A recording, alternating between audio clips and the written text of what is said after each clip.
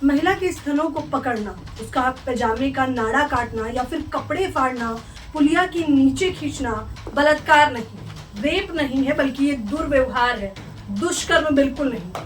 नमस्कार दोस्तों, आप देख रहे हैं हिंद समाचार और मैं हूं आपके साथ ज्योति यादव। जो शब्द अभी मैंने कहे हैं वो मेरे नहीं हैं, बल्कि इलाहाबाद हाई कोर्ट के हैं। जी हाँ, बिल्कुल सही सुन रहे हैं आप। जितना चौंकाने वाला ये मेरे लिए रहा है, मुझे पूरा यकीन है कि उससे अधिक चौंकाने वाला आपके लिए रहा होगा। आज हाई कोर्ट के एक फैसले ने हम सभी को शर्मसार कर दिया है और तमाम लोग गुहार लगा रहे हैं हाई कोर्ट से कि इस फैसले पर पुनर्विचार किया जाना चाहिए। हाई कोर्ट के इस फैसले को सुनाने वाले जस्टिस का नाम भी आपको बताऊंगी, जिससे आपको पता चल जाएगा कि आखिरकार किस विचारधारा के जस्टिस हैं। तो सबसे पहले आपको खबर बता देना चाहेंगे, ये पूरा मामला शुरुआत होती है नवंबर 2021 को। देखिए क्या है पूरा मामला। दरअसल 10 नवंबर 2021 को शाम 5 बजे हुई थी ये घटना, और ये घटना है यूपी के कासगंज जिले के पटियाली में। दरअसल जहां पर एक महिला अपनी 14 वर्षीय बच्ची के साथ जा रही होती है, रास्ते में ही उसे 3 लड़के मिलते हैं जो कि उसके गांव के ही होते हैं। लड़कों का नाम होता है पवन, आकाश और अशोक। तीनों ही लड़के कहते हैं कि इस बच्ची को हम आपके घर छोड़ देंगे क्योंकि हम गांव ही जा रहे हैं।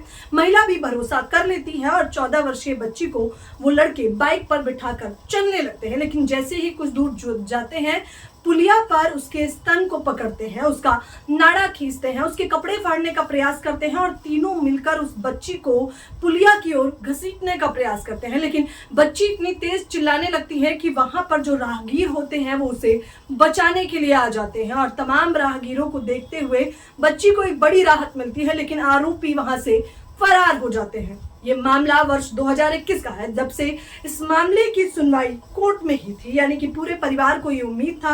एफआईआर भी दर्ज कर ली जाती है सुप्रीम कोर्ट के 2021 के उस फैसले पर, जहां पर सुप्रीम कोर्ट ने सीधे तौर पर कहा था कि किसी भी नाबालिग बच्ची के शरीर के अंगों को छूना यौन इरादे से यौन हमला है। तो मामला दर्ज होता है 376 और पॉक्सो एक्ट की धारा 18 को। इसी को चुनौती देते हुए तीनों आरोपी हाई कोर्ट पहुंच जाते हैं। इलाहाबाद हाई कोर्ट में इसकी सुनवाई चल रही होती है, जहां पर सीधे तौर पर फैसला सुनाने वाले जस्टिस का नाम होता है राम मनोहर नारायण मिश्रा।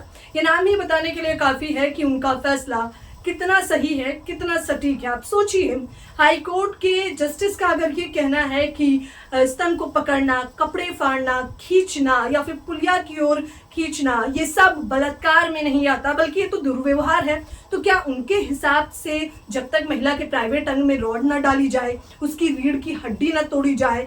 मनीषा बाल्मीकि हाथरस कांड तो आप सभी को याद होगा, जहां पर मनीषा बाल्मीकि के शव को जला दिया गया था। जब तक महिला के साथ दुष्कर्म न किया जाए और जब तक वो घटना हम सभी को शर्मसार न कर दे, तब तक वो बलात्कार नहीं। ये सवाल तो पूछना लाजमी था, जिसके बाद विपक्ष के तमाम नेता सवाल उठाते हैं। कांग्रेस की सुप्रिया श्रीनेत भी इस पर सवाल उठाती हैं और नेहा सिंह राठौर जो कि लोक गायिका है, वो क्या लिखती है, सीधे उन पर ध्यान दीजिए।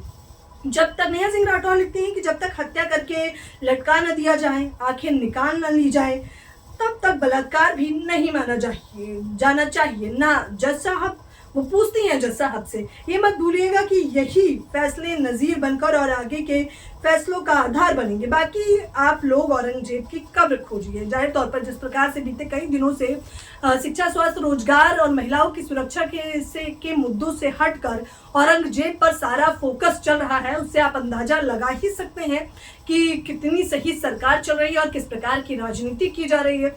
ये फैसला हम सभी को शर्मसार करता है। और सिर्फ यही नहीं, आपको बताना चाहेंगे कि राज्यसभा सांसद रेखा शर्मा जो कि खुद महिला है, उन्होंने कहा है कि हाई कोर्ट का ये फैसला असंवेदनशील है। बावजूद इसके अब ये सोचना होगा हाई कोर्ट को, और सीधे तौर पर जस्टिस मिश्रा को ये सोचने पर मजबूर तो होना ही पड़ेगा कि ये किस प्रकार का फैसला उन्होंने आम जनता के साथ सामने प्रकट किया है। क्या ये फैसला हाई कोर्ट के फैसले को चुनौती देता है या नहीं, ये सवाल पूछना लाजमी हो जाता है। आप लोग भी इलाहाबाद हाई कोर्ट के इस फैसले पर अपनी प्रतिक्रिया मुझे कमेंट बॉक्स के माध्यम से जरूर दिखाएं। और आप लोगों से एक अनुरोध लगातार रहेगा कि इस वीडियो को ज्यादा से ज्यादा लोगों तक साझा करें, जिससे सच सभी तक पहुंच पाए।